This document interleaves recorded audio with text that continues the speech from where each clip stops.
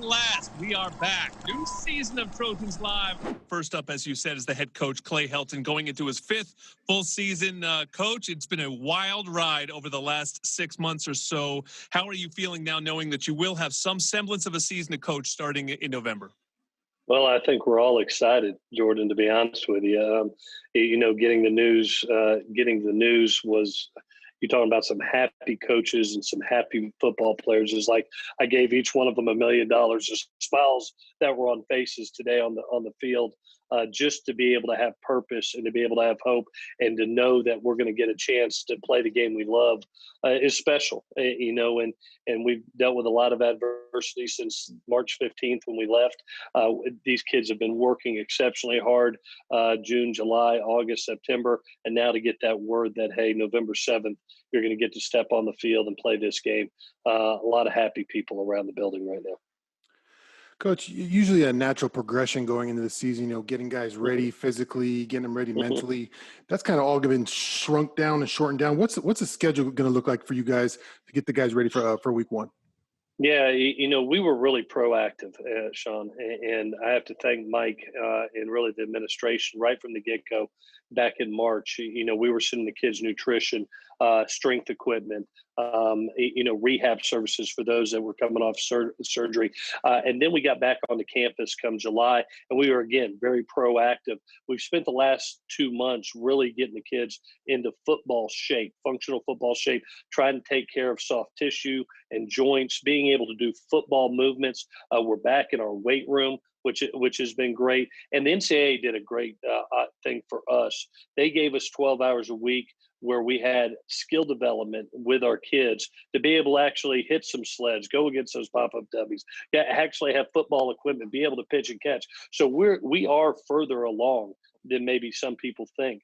We've got 2 weeks now before camp. And what this next 6-week period really looks like is the implementation of systems.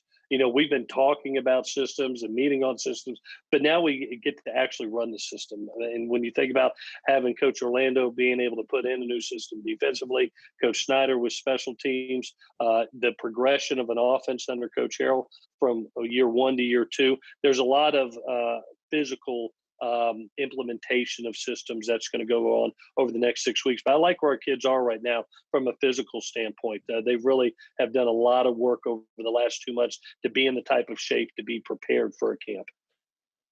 I believe you announced that camp will start October 9th. Is that right? Somewhere around then?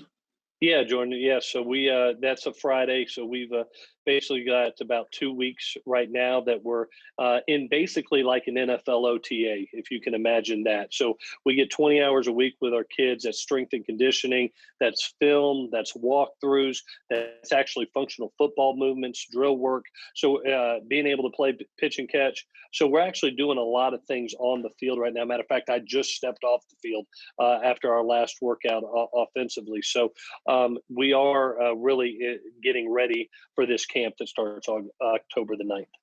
Is it your understanding that, I know there will be a million protocols to keep everyone safe, but in terms of the football stuff, the fitness stuff, is it your understanding you'll be able to run a full camp, what would be more or less a normal camp? Yeah, we're sticking to the city and county guidelines each and every step of the way. We are getting to that. The numbers are increasing and heading that way. So we are going to be able to, as we foresee, be able to line up across from each other and actually have, working drills against each other. So we're looking forward to that opportunity, as well as, the daily testing that's being put in place right now. That is every day, just like the NFL, with response times of getting information back within 15 to 20 minutes. So it's an extremely safe atmosphere. We're kind of here on a bubble right now by ourselves. We're the students on campus right now and being able to work and be ready for this season. So we feel very grateful for this opportunity we're getting. Coach, what's the status for the guys who opted out, like a J.T. Failey or Elijah Vera Tucker? This decision unfortunately comes a couple of weeks, maybe too late for them. But what is their status? Well, one of the things that happens is each man's got a decision to make, and there's still opportunities for guys that would like to come back, and there's discussions happening, and everybody's got to choose the best. Everybody's story is different. Everybody's got to make the best decision for themselves.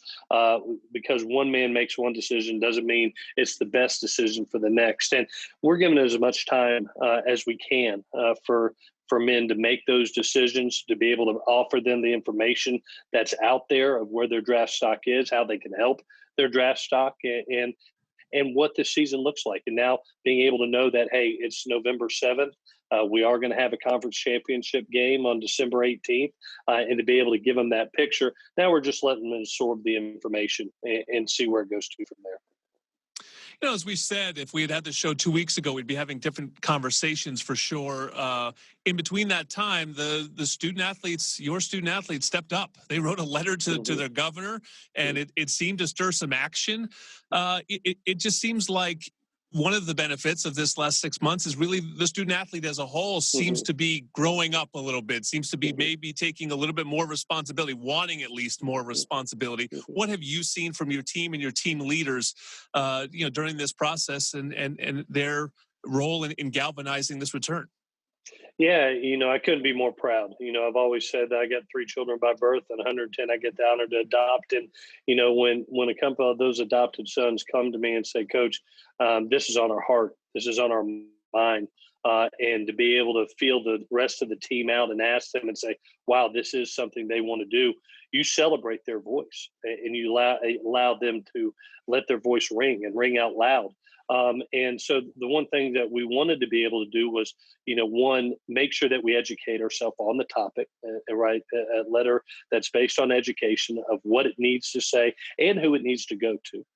2, do it in a very respectful way. And 3, do it all together. Do it as a team. And I couldn't be more proud of the kids. They did it in a pro fashion, professional, respectful fashion, and they let their voice be loud. And look what happened. And we're very thankful to Governor Newsom and the state of California for opening things up for us to be able to move forward. Coach, you speak about listening to players, and not only has a pandemic been going on, but there's been large civil unrest through our country about racial injustice towards the Black community. How do you send a message to your team, and how do you facilitate their emotions during this time, and the best way to help them? Yeah, one, you listen to them. You try to educate yourself because the one thing about all the social injustice issues is it's something me as a coach and as an educator that I need to continue educating myself. But 3, really what I've seen is words have become action, and they become action here at USC. The formation of the UB SAA for our student athletes, our Black student athletes, to be able to form that organization, I think has been great. The Black Lives Matter action team that was formed by our athletic administration has really come to form and is going to do great things. Mike Bones stepping out in front of everybody and say, you know what, November 3rd, we're going to give all our student athletes the opportunity to vote. We're not going to do any physical activity that day. And it carried over to other teams in the NCAA. Us taking the initiative to try to teach our players and our student athletes how to register and how to vote. So that's been the biggest thing for me is not only was it just words, it's become action. And I'm proud of USC for what they've accomplished during this really difficult time. All right, Coach, I'm going to get you out on a quick one here. On the sideline, are you going to go mask or are you going to go face shield? I'm pretty ugly, so I'll probably go mask and cover up as much as I can. Mask. All right. Well, we look forward to seeing it when the time comes, and we will talk to you all season long. Looking forward to having you back on Trojans Live. Thank you, Coach.